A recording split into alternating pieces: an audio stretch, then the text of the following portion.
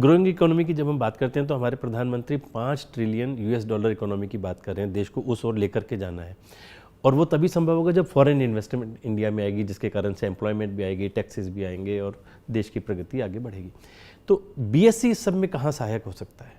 नहीं, BSc foreign निवेशक हो या भारतीय निवेशक हो, वो भागीदारियों में क्यों निवेश करेगा?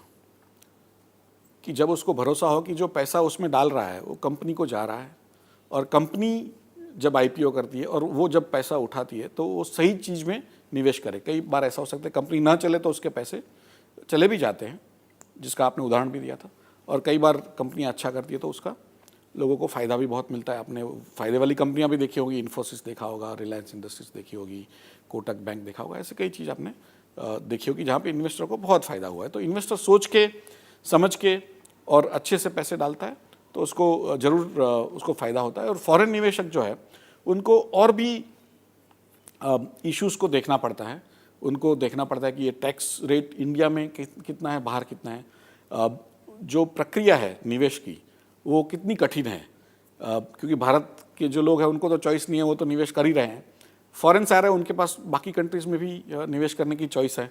तो भारत में आने के लिए उनके लिए हम सबसे आसान तरीका कर लेते हैं पैसा लाने के लिए, और जब उनके प्रॉफिट बनता है तो उनको ले जाने के लिए भी टैक्स भरने के बावजूद कई बार ऐसा होता है कि उनको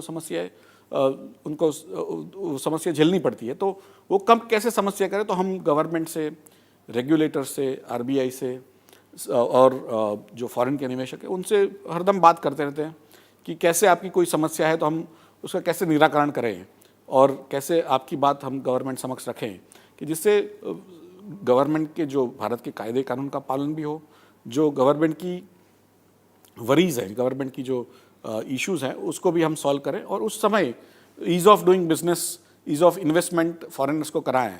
तो एक तरह से सोने में सुहागा होगा और भारत का भी विकास होगा, फॉरेन से पैसे भी आएंगे, भारत के लोग जो है वो भी निवेश करेंगे, सभी का विन विन सॉल्यूशन बनेगा।